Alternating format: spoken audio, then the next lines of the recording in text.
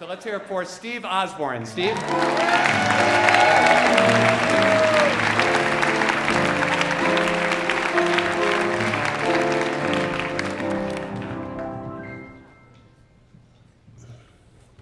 you doing? My name's Steve Osborne. I was a New York City cop for 20 years.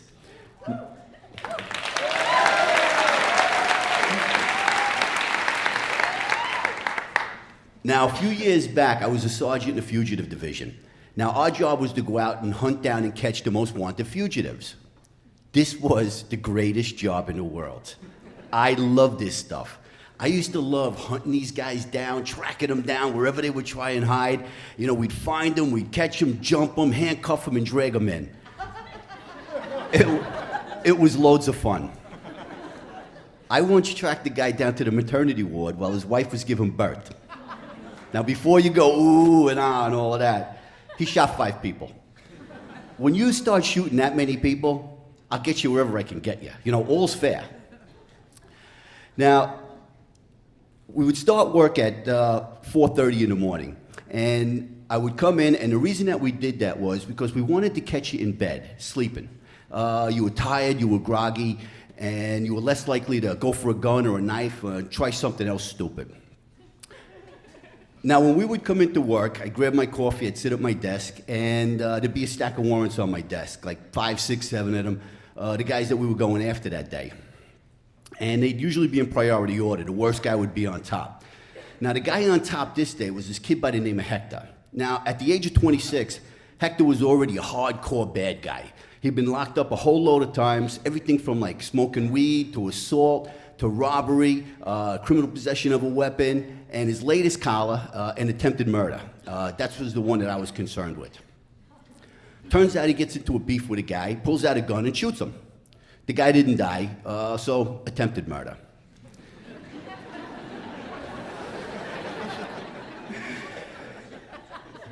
He gets arrested, you know, he goes through the system, and he goes to his arraignment, and the Bronx being the Bronx, the judge lets him out on bail with a return date of 30 days later. Well, surprise, surprise. 30 days comes and goes, and Hector's nowhere to be found. Judge gets pissed off, issues a warrant for his arrest. Now he's my problem. Now I gotta go find him and bring him in. Now, every warrant that comes, it comes in a package. There's the warrant itself signed off by the judge. There's all the guy's arrest reports, and stapled on top is a mugshot. Now, you all seen police mugshots, you know, the guy standing there with, you know, with the numbers across his chest. It's the worst possible photo that anybody could ever take. I don't think Pamela Anderson topless could take a good mugshot. You know, maybe her, but really, I don't think anybody else.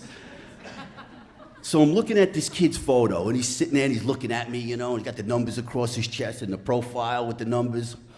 And he's got these, and I could just tell by looking at him. I've been doing this for a long time. I made hundreds and hundreds of arrests, and I could just tell by looking at this kid's face, he is going to be a pain in the ass.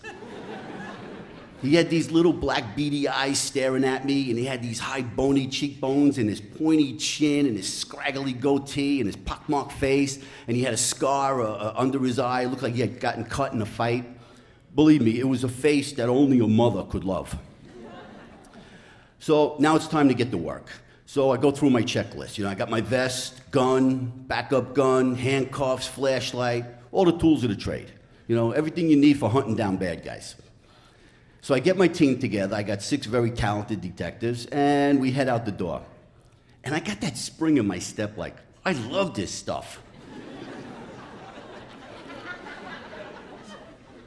So we head over to his building. Real bad building. I mean, I've been there a couple times before. Every time we go there, there's always a problem. Either they're throwing bricks and bottles off the roof at us, or perps are fighting with us. It's always a problem. But it was early in the morning, and everything was quiet, so I was hoping to slip in, get this guy, and get the hell out before anybody even knew we were there. We go through the front door, we go into the lobby, and it's a dump. There's bullet holes in the wall, there's graffiti on the walls, there's cracked vials on the floor, empty beer bottles, urine in the corner. The place is a mess. So he lives in apartment 4B. So we figure out the B apartments face front. So I tell two of my guys, cover the front window. Now you might think, like, who would jump out a fourth floor window and try to escape? But I'm telling you, desperate men do desperate things. And I guarantee you, if he jumps out that window and kills himself, his family's gonna be on the 6 o'clock news that night, swearing to God that I threw him out the window and trying to sue the city for $50 million. So two guys covering the window might save me a little bit of aggravation.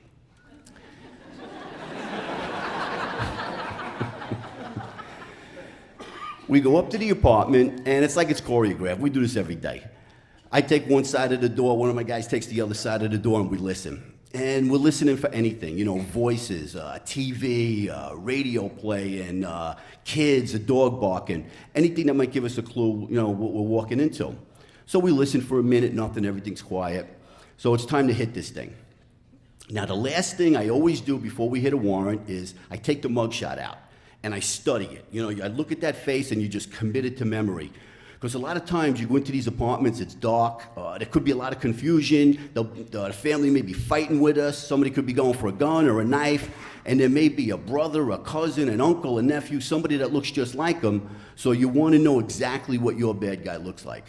So I take out the photo, and I'm studying it, and I'm looking at it, and I see them little black beady eyes staring at me, and that pockmarked face, and that goatee, and that bony cheekbones, and that bony chin, and the scar under his eye.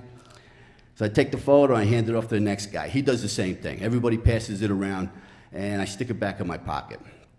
Now it's time to hit this thing. Now you might think that we knock the door down, but we really don't.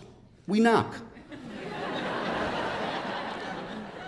You know, if I have to, you know, I got a battering ram and sledgehammers and stuff in the car. I'll go down and get it and I'll knock your door down. But usually knocking works.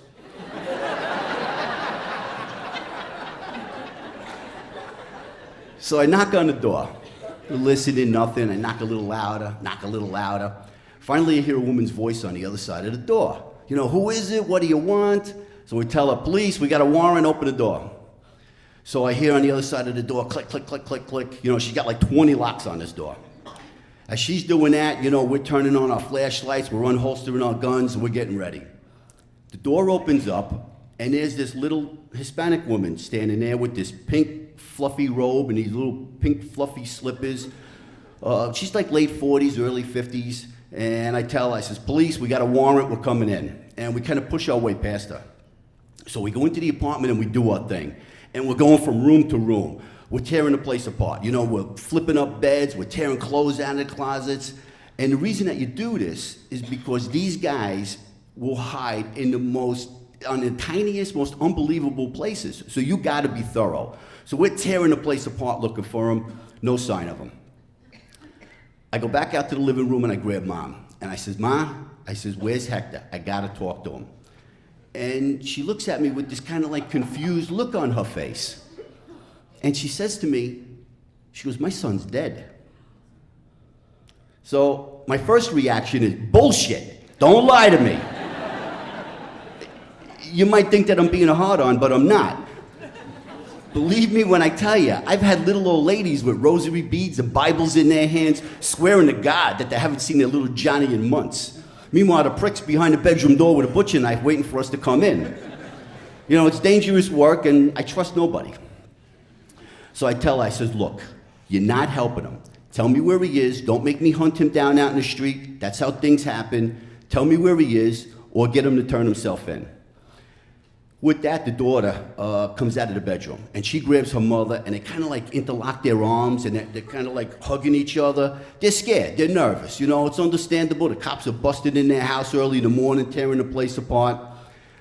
So I says to the girl, I says, where's your brother? I got to talk to him. And she looked right at me, and she goes, my brother's dead. She goes, he was shot and killed last week down the block. And with that, she goes over to the refrigerator, and she gets this business card, and she hands it to me. And she says, here, talk to this detective. He's got the case. He knows everything. So I take the card and I hand it to one of my guys. I says, make a call. So we make a couple of phone calls, and sure enough, everything checks out. Hector was a homicide victim about a week earlier. He got shot and killed down the block. So everything checks out. So I tell Mom, I says, look, I'm very sorry for your loss. You know, I'm very sorry the way we had to bust in the way we did, but, you know, we had a warrant, and this is the way we do things. And I go on to explain to her, I says, look, I'll go down to court, I'll get the warrant vacated, I'll make sure that nobody comes and bothers you again. I'm very sorry. And with that, it's time for us to go. In reality, I got 5 or 6 more hectares we're going after that morning. But before we leave, I take the mugshot out of my pocket. Just want to make sure there's no mistaken identity. We're talking about the same kid, we're in the right apartment. So I take the mugshot and I show it to her, and I says, is this your son? She takes one look at the photo, and tears just start rolling down her face. And she starts sobbing, like that really deep, mournful sob, like only a mother, crying over her child would. So I believe her. I mean, obviously this is her son, this is the apartment, we're all on the same page, we're all talking about the same kid. So I take the photo, I stick it back in my pocket, and I tell her again, look, I'm very sorry for your loss, and we turn to leave. And as I turn to leave, she says to me, can I see the picture again? Now I'm a little bit confused. I'm like, this picture? Now I'm confused. I'm like, didn't she get a good look at it before? Is she not sure? I'm not sure where this thing is going now. So I take the photo out and I show it to her. And she reaches out and she takes it from my hand and she clutches it to her chest. And it's like she was hugging him. And she says to me, can I keep this picture? So I'm like, that picture? You want to keep that picture? So I tell her, I says, look, it's police department property. I says, we don't normally give them out to the public. We don't hand these things out as souvenirs. So she goes on to tell me this story that she has no photos of him. He was never around. When his old adult life, he was either out tearing up the streets or he was in jail. He never really came around for Mother's Day or Christmas or anything like that. And she had no photos of him. She had nothing to remember him by. So when she tells me this story, I feel terrible for her. I'm like a hardcore guy, but my heart's breaking for her a little bit. And she seemed like a nice lady. I mean, this building was a dump. And the apartment, she kept it clean. She put that thick plastic on the sofa, so that it wouldn't get dirty. And she wasn't cursing me out like a lot of other mothers do, blaming me because their son's got a warrant, he's got to go back to jail. She just seemed like a nice lady who lost her son to the streets, which in that neighborhood happened a lot. So I told her, I says, okay. I says, if you got nothing else to remember this kid by, go ahead, be my guest, it's yours. And she reaches out, she shakes my hand, and she's thanking me.